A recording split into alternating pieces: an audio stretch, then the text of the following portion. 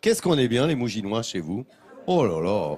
Et justement, on est dans un jardin ici. Thème du feuilleton, disais-je, le sud, côté jardin. On va parler des paysagistes, qui est un joli métier aujourd'hui, Nathalie. Il y a du travail, hein, parce Il y a du que boulot. ici, il Beaucoup y a d'espace énormément d'espaces verts. 50% de la superficie de la ville de Mougins, c'est un espace vert. Et on le doit, entre autres, à une famille de passionnés de la chlorophylle. Jean-Louis est paysagiste depuis toujours. Son fils Olivier le suit depuis qu'il est tout petit avec son petit sécateur. Aujourd'hui, il a bien grandi. Il est associé à son père et la saga familiale continue entre sécateur et création de jardins provençaux. Ça sent bon le vert. Surplombant les Alpes-Maritimes, la ville de Mougins est une véritable ville-jardin. Dans cette commune, impossible de passer à côté des arbres en fleurs et de ces espaces verdoyants. La ville qui s'étend sur 25 km² fait la part belle aux plantes, arbres et arbustes. Les végétaux constituent 50% de sa superficie. Au printemps, il n'est pas rare d'entendre le doux bruit du sécateur dans le centre-ville.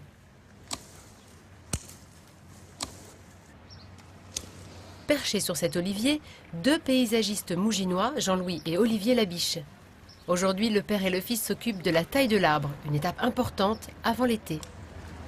Peut-être qui monte. Ah, les petites là-bas.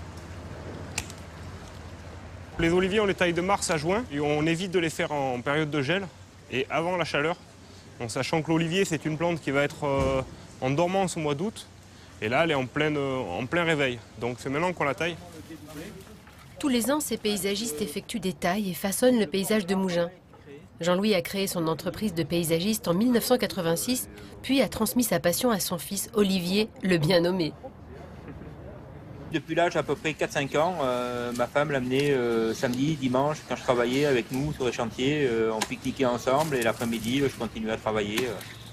Et avec son petit tracteur en plastique, il essayait de faire pareil que moi, dans les champs. Je suis moins productif.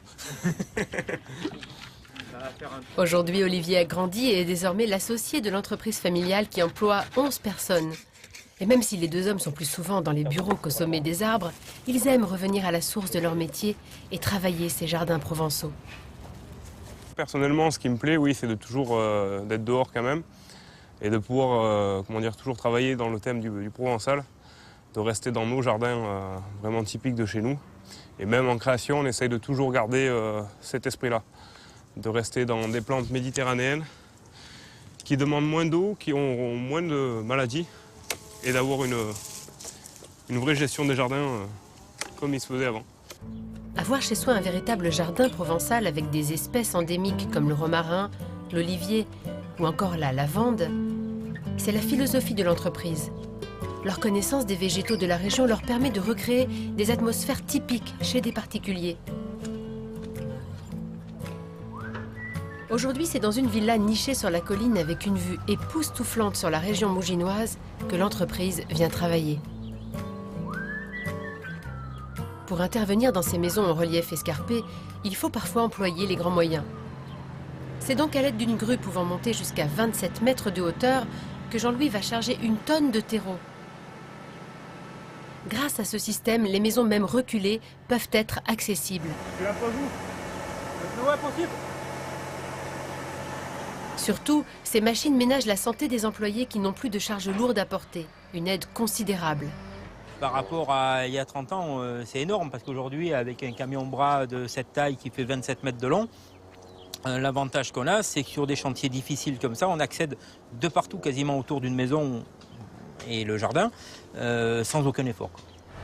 Une fois le terreau posé, l'heure des plantations a sonné. Olivier va pouvoir installer son petit coin de Provence.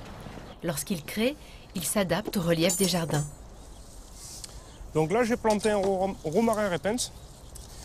Donc on va essayer qu'il retombe sur le bord du mur pour essayer de donner un petit peu un style au mur. Le romarin est une plante odorante qui consomme très peu d'eau. Elle est donc idéale pour le climat du sud. Ce que j'aime bien chez le romarin, c'est cette fleur bleue. C'est quand même agréable, c'est l'une des premières fleurs qu'on a actuellement au printemps. L'odeur, là on sent vraiment la Provence, quoi. La Provence, terre de couleurs et de parfums.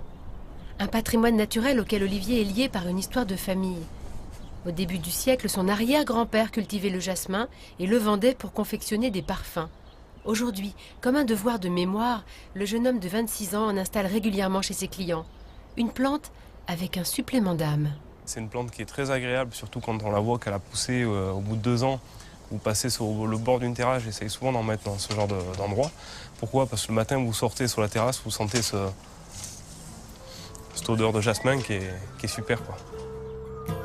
Artisan de la terre depuis des générations, la famille Labiche travaille tous les jours à conserver l'âme des jardins de Provence. Grâce à elle, la ville de Mougins offre ses couleurs provençales et conserve sa douceur de vivre.